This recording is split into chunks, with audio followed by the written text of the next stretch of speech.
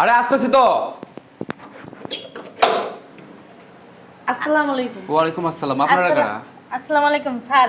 ওয়ালাইকুম আসসালাম। আপনি কি এই বাসার মালিক? না, আমি বাসার কেয়ারটেকার। আহ, এই বাসার মালিক নাই? হ্যাঁ আছে তো। আপনারা কারা? ওই আমরা না একটা কাজ খুঁজতে আইছি, যে কোনো কাজ আঙ্গরে দিলে আমরা করতাম। এই বাড়িতে কোনো কাজের লোক লাগবে না, আপনারা যান। হ্যাঁ স্যার, একটু দেন না স্যার, আমরা অনেক কষ্টে আছি। মানে বইলা বুঝান যাবো না, আমরা দুই মাঝি আজকে 3-4 দিন ধরে না খাইয়াও রইছি। আরে বললাম তো এই বাড়িতে কোনো কাজের লোক লাগবে না, আপনারা যান অন্য জায়গায় কাজ করেন। আপনি তো জোয়ান আছেন, আর এইটা কি? আমি অনেক জায়গায় কাজ করতে গেছিল, ওই স্যারেরা না আমার মেয়ের দিকে খারাপ নজরে তাকায়, খারাপ কথা বলে, এর জন্য আমার মেয়ে যায় না। তা আপনারা মেয়ের বিয়ে দিয়ে দিবেন? বিয়া দিছিলাম একটা বড় লোক ছেলে দেখা, ওই ছেলে আমার মেয়েরে ছাইড়া দিছে। আমার মনে হয় আপনাদের ব্যবহার ভিতর ভিতর অনেক খারাপ। আপনারা এখান থেকে বাড়ান তো। আপনাদেরকে যদি চাকরি দিই, আমার চাকরিও চলে যাবে। যান এখান থেকে। না স্যার, আমাদের ব্যবহার খারাপ না স্যার। শোনেন স্যার, এরকম 3-4টা বাড়ি না আমাদেরও ছিল, আমরাও অনেক বড় লোক ছিলাম। আমাদের সব কিছু ধ্বংস হয়ে গেছে। আসলে কি, কথায় আছে না, অহংকার হলো পতনের মূল। আমার মার অনেক অহংকার ছিল, আমার অনেক অহংকার ছিল, এজন্য আল্লাহ আমাদের কাছ থেকে সব কিছু কাইরা নিয়ে গেছে। স্যার একটা কাজ আঙ্গরে দেন না, আমরা অনেক কষ্টেতে আছি। আচ্ছা ঠিক আছে, আপনারা ওখানে বসেন। আয় মা, আয়।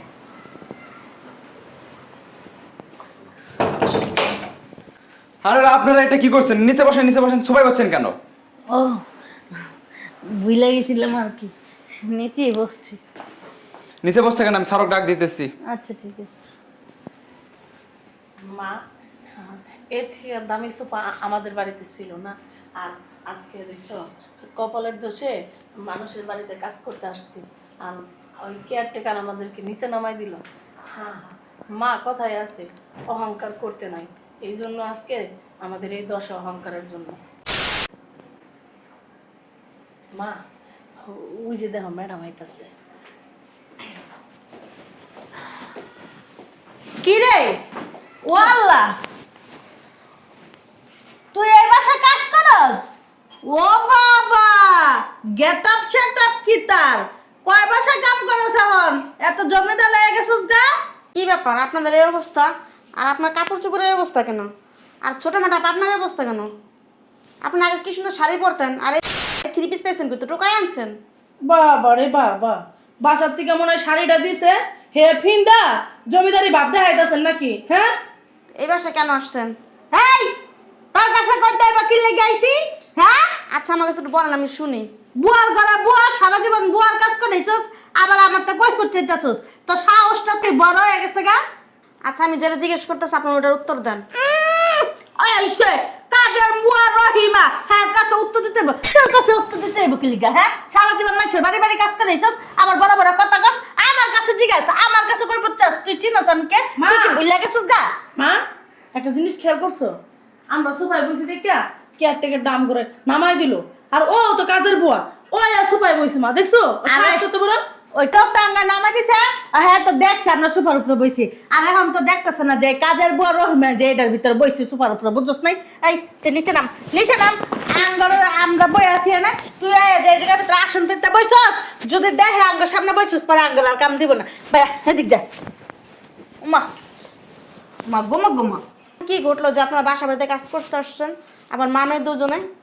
এই, তোর লগে কি কথা কইতে হইব? তোরা যে 100 বার কইতাছি, তোর গায়ে লাগে না, হুনস না? হ্যাঁ, না আমি বলতেছিলাম যে তা আমার ভিতর আর আপনার ভিতর তো কোনো তফাৎ রইল না। এ তফাতলার করে তফাতলা হইছে, তফাত মানে তফাত দেখাইতে হইছে।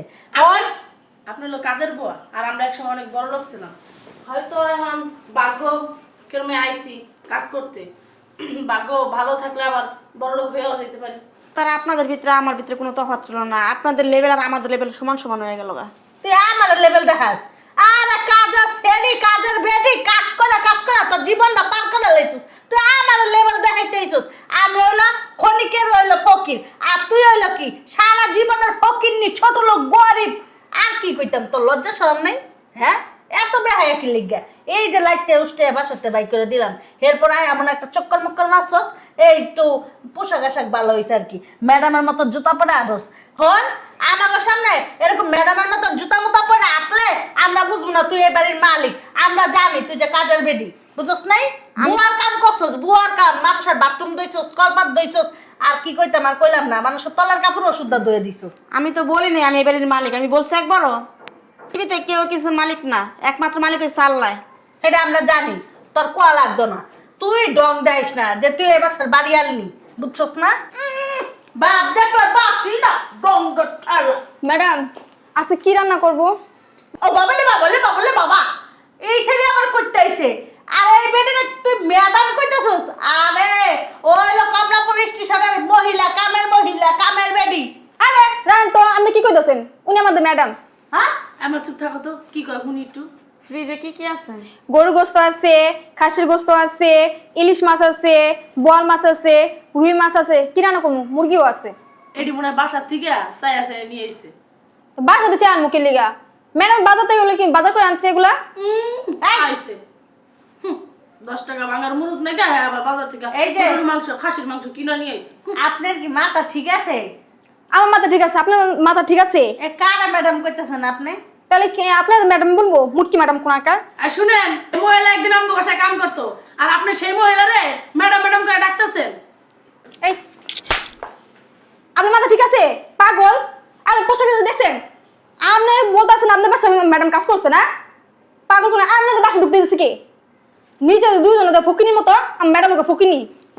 দেখছেন দুই মাঝি আমার ম্যাডাম বলে এক বাসায় কাজ করছে। ওই যে চুপ থাকো, শোনো। ওনাদের গড়ে তুলছে কি ম্যাডাম? আচ্ছা আমার কথা শোনো, তোমার কি কি খাইতে মন চাইতেছে? গরুর মাংস আর মুরগি, ইলিশ মাছ এগুলো খাইতে মন চাইতেছে না। জীবনে তো খাই নাই। এই আমাকে বাসার ভিতরে যদি আমরা মুরগি রান্তাম, গরু গোস্ত রান্তাম, কইতো ম্যাডাম 2 পিস দেন, আমার পোলার লাগা লয়ে যাই, আমার পোলার লাগা লয়ে যাই 2টা পিস দেন গরুর গোস্ত, আর 2টা আলু দেন, নাহলে 4-5টা আলু দেন। আমরা কতদিন হয়ে গেছে গরুর গোস্ত খাই না, এই লাগা হনে কথা জিগাইতেছে। আরে তুই কত ঢং দেখাবি জীবনে, বাবারে বাবা। উল্টা পাল্টা কথা বলে না, থাপড়ে দাঁত ফালা দিমু তোরা। কার কি কন? মাথা ঠিক আছে না? কি রে, আমার একটু চিমড়ে দিত, চিমড়ে তো। এই চিন্তা মিছিল বাসা যা বাইরে যা করেন। এই ম্যাডাম এগুলো ঢুকতে দিছে কে? ওই যে কথা চুপ থাকো। এক কাজ করো, তোমার যেটা করছো করো, ইলিশ মাছ ভুনা করো গা, গরুর মাংস আর মুরগি রান্না আর পাতলা ডাল, একটু ভর্তা বানায় আমার জন্য যাও। দুটো ঠুকি নিয়ে বলছ। বত্তা ম্যাডাম ব্যাংক থেকে লোক আসছিল, আসে 10 লাখ টাকা দিয়ে গেছে। 10 লাখ টাকা দেওয়া গেছে? কি আসল টাকা দিত? এই বুঝলাম না, আপনারা এখানে বসছেন কারণ নিচে, এখানে বসছেন কারণ নিচে নামান। আবার টাকা হাত দিছেন। এইসব চুপ থাকো, ওরা আমাদের মেহমান। দেখি টাকাটা কি আসল না নকল, বাপ তো দেখতেছি কম না। হেমা কি আসল না নকল? বেয়াদব কোথাকার, টাকা হাত দেন কেন? চোর নাকি আপনারা? না আমরা চুন না। তাহলে টাকা হাত দাও কেন? বেঁচে থেকে বের হও। না ওই স্যার আপনি না কইছেন কাম দিবেন। যাইছো তুমি ভিতরে যাও। আচ্ছা ম্যাডাম। কি রে, একটা সত্যি করে একটা কথা কত, তুই এত টাকার মালিক হইলি কেমনে? মা আমার মনে হয় কি আর পোলায় কোনো ব্যাংক ডাকাতি মাকাতি করছে। আচ্ছা তুই সত্যি করে কদি, তুই আসিলি বস্তির ভিতরে, হ্যাঁ ভাত খাইতে ভাত খাইতি না, আমার ঘরের ভিতর বাসি পচা লসা মশা সব তোরে দিয়ে দিতাম, হেঁটি খাইতি। তুই এখন এত টাকার মালিক হয়ে গেছিস গা? ক দেখি, কস না কে এত টাকার মালিক কেমনে হইলি? এত টাকার মালিক কিভাবে হইছি? আমার মনে হয় কি জানোস, তুই এই যে মাইসের বাড়ি বাড়ি যাইতি না কাজ করার লেগা, হ্যাঁ তো মনে মাইসে স্বর্ণ মন্য চুরি করে লইছিস রে। এক কাজ করে আয়, আমরা পুলিশের ফোন দিই। আচ্ছা দেন পুলিশের ফোন, হ্যাঁ দেন পুলিশের ফোন। ভালো আছেন ম্যাডাম? ছোট ম্যাডাম ভালো আছেন? বড় ম্যাডাম আপনারা আমার বাসায়? আইছে কামলার ঘরে কামলা, ফকিন্নির ঘরে ফকিন্নি, দেহুন্নির পুত, বান্দির পুত, ফকিন্নির পুত, কামের বুয়া, দেহুন্নির ঘরে দেহুন্নি, ফকিন্নির ঘরে ফকিন্নি, ওই আইছে আমার বাড়ি। আইছে কামলার ঘরে কামলা। কি রে তোর মাই কইতে নি চুরি করে লইছে, কাগজ বাসা তো চুরি করে লইছে, সত্যি কথা ক, পুলিশের কাছে ধরাই দিব কিন্তু। আমার মা একটা ব্যাংক ডাইতি করছে, একদম একদম ঠিক, আমি বুঝতে পারছি তোর মা একটা চোর চোর, আর তুই হলো চোরের পোলা। ওই তো 10 না আগে বাইক গেছিলি, মনে আছে তোর যে আমার মায়ের পড়াবি, এরপরে তোর কি অপমান করে বাইক করছি, মানে হের গিন্নায় লজ্জায় তোর মায়ের চুরি করছে, যায় ঠিক না কথা না? আমার আম্মা, হ্যাঁ চোর, কামের বুয়া রহিমা। আমার মা ব্যাংকে একটা অ্যাকাউন্ট করছিল। এখন করে একটা এত বড় বাড়ি বানাই লাইছে, একটা এত চেয়ার মালিক হয়ে গেছে গো। মুখের কথা, মানুষ সারা জীবনের সঞ্চয় করে তো এত টাকার মালিক হয় না, এত টাকার পয়সার মালিক হয় না। আমরা আর হিগেস না, বুঝছো? সে অ্যাকাউন্টটা কি জানেন? তার বাপের মাথা সে অ্যাকাউন্ট হয়েছে আমি।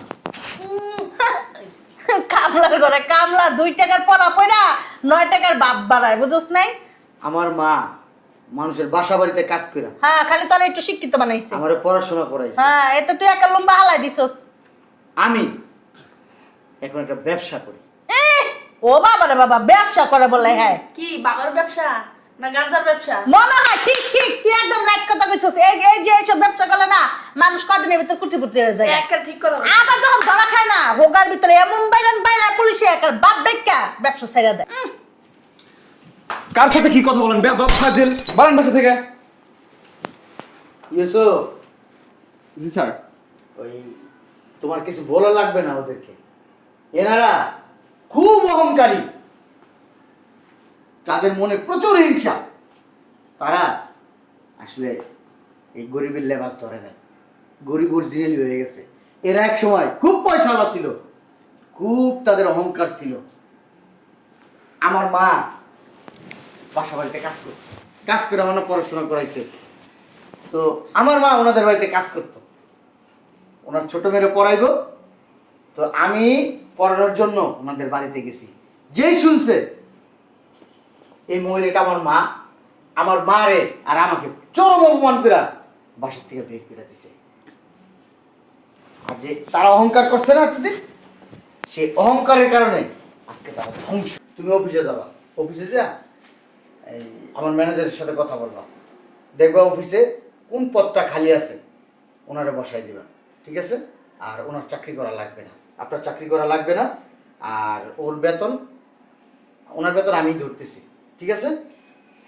আর আমাদের ওই যে পাশের ফ্ল্যাটটা আছে না, পাশের ফ্ল্যাটটা খুলে দাও ওনাদেরকে। যাও, ওনারা থাকবে এখানে। আচ্ছা আসেন।